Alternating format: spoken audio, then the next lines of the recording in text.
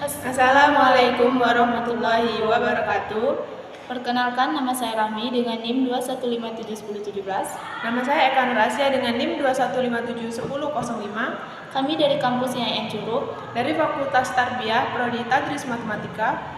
Di sini kami akan membahas makalah mengenai kesalahpahaman dalam bimbingan dan konseling dengan dosen pengampu kami, Dr. Dina Hajar Ristianti, MPD Kons. Baiklah, di sini langsung saja ke pemateri pertama yang akan disampaikan oleh Eka.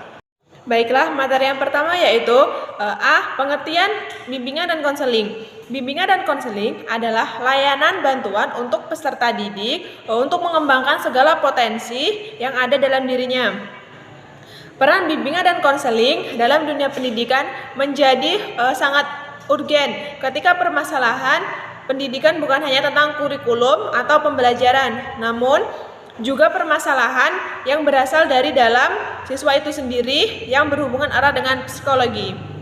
Maka tak heran di banyak sekolah telah ada guru khusus yang disebut dengan guru BK. Namun kenyataannya kini bimbingan dan konseling dianggap tidak masuk dalam dunia pendidikan. Materi yang kedua yaitu B. Kesalahpahaman dalam bimbingan dan konseling. Yang pertama, bimbingan dan konseling seringkali dipisahkan dari pendidikan. Dianggap bukan guru. Sering orang menganggap bahwa guru BK bukanlah guru, hanya konselor di sekolah saja. Yang kedua, bimbingan dan konseling dianggap polisi sekolah.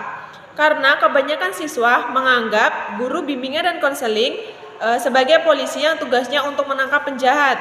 Namun, guru bimbingan dan konseling menangkap siswa yang perlu dibina karena dalam kacamata beberapa orang atau siswa, guru bimbingan konseling hanya memberikan layanan bantuan pada siswa yang bermasalah.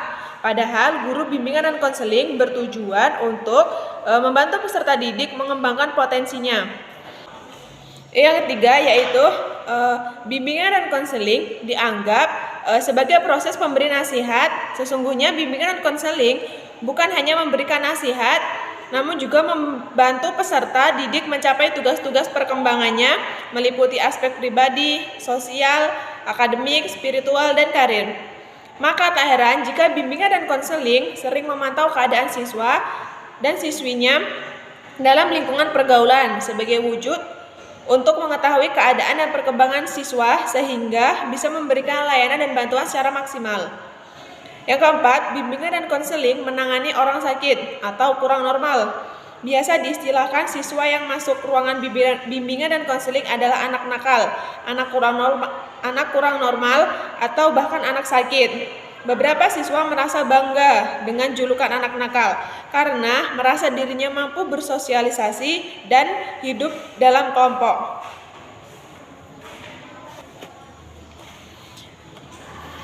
Tapi ketika siswa yang masuk dalam ruangan bimbingan dan konseling disebut sebagai anak kurang normal, menjadi momok dan trauma tersendiri pada siswa. Padahal dalam istilah bimbingan dan konseling tidak menggunakan istilah pasien, namun menggunakan istilah klien. Baiklah, materi selanjutnya akan disampaikan oleh rekan saya, Rahmi. Baiklah, materi selanjutnya yaitu kesalahpahaman terhadap bimbingan dan konseling. Kesalahpahaman terhadap bimbingan dan konseling yang pertama yaitu bimbingan dan konseling disamakan saja dengan pembelajaran atau bahkan dipisahkan secara terpisah dengan pembelajaran. Yang kedua, konselor di sekolah sering dianggap sebagai polisi sekolah. Selanjutnya yang ketiga yaitu bimbingan dan konseling dianggap semata-mata sebagai proses pemberian nasihat. Yang keempat, bimbingan dan konseling dibatasi pada hanya menangani masalah yang bersifat insidental. Pekerjaan seorang bimbingan konseling bukan dilakukan hanya pada suatu waktu saat hanya permasalahan muncul. Yang kelima, bimbingan dan konseling dibatasi hanya pada klien-klien tertentu. Sebagai seorang konselor harus melayani seluruh peserta didik yang membutuhkan, tidak menganaktirikan peserta didik yang ada. Selanjutnya yang keenam, bimbingan dan konseling melayani orang sakit atau orang yang kurang normal. Di beberapa sekolah, apabila ada yang sakit atau bahkan kesurupan, yang diberi tugas adalah guru bimbingan dan konseling. Namun itu tidak sepenuhnya benar. Yang ketujuh, bimbingan dan konseling bekerja sendiri. Guru BK membutuhkan kerjasama dari pihak sekolah dan orang tua dalam melakukan sesuatu dalam melakukan sesuatu untuk peserta didiknya, sehingga dapat menghasilkan pekerjaan yang lebih maksimal. Selanjutnya yang ke-8 yaitu konselor harus aktif, sedangkan pihak lain pasif. Di dalam proses ini diharuskan konselor dan peserta didik harus bersama-sama memiliki sifat aktif. Karena jika hanya salah satu pihak yang aktif, tidak akan menyelesaikan suatu permasalahan. Selanjutnya yang ke-9 yaitu menganggap pekerjaan bimbingan dan konseling dapat dilakukan oleh siapa saja. Padahal sebenarnya pekerjaan bimbingan dan konseling membutuhkan orang-orang terlatih untuk bekerja. Selanjutnya, konselor pelayanan bimbingan dan konseling berpusat pada keluhan pertama saja. Yang ke-11, menganggap hasil pekerjaan bimbingan dan konseling dapat segera dilihat. Yang ke-12, menyamaratakan cara pemecahan masalah bagi semua klien. Yang ke-13, dalam menyelesaikan masalah akan beda penyelesaian masalah apabila ada anak yang bermasalah di bidang kehidupan rumah dan permasalahan seorang anak di bidang teman bermainnya. Jadi seorang konselor harus memiliki berbagai pemecahan masalah secara tepat. 14, memastikan usaha bimbingan dan konseling hanya penggunaan instrumen bimbingan dan konseling. Misalnya, tes, angket, inventory, dan alat pengungkapan lainnya.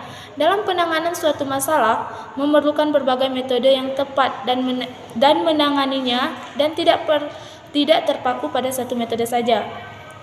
Selanjutnya yaitu memusatkan usaha bimbingan dan konseling hanya pada penggunaan instrumentasi. Penggunaan instrumentasi perlengkapan dan sarana utama yang pasti dapat dikembangkan pada diri konselor adalah mulut dan keterampilan pribadi. Selanjutnya yang terakhir yaitu bimbingan dan konseling dibatasi pada hanya mengalami masalah-masalah yang ringan saja. Tidak bisa disimpulkan setiap permasalahan yang ada di peserta didik semuanya ringan atau setara. Setiap masalah memiliki kadar penyelesaian yang berbeda dan metode yang berbeda pula. Baiklah, sekian pembahasan dari materi kami yaitu kesalahpahaman terhadap bimbingan dan konseling. Apabila ada kesalahan kami mohon maaf. Kami akhiri. Wassalamualaikum warahmatullahi wabarakatuh.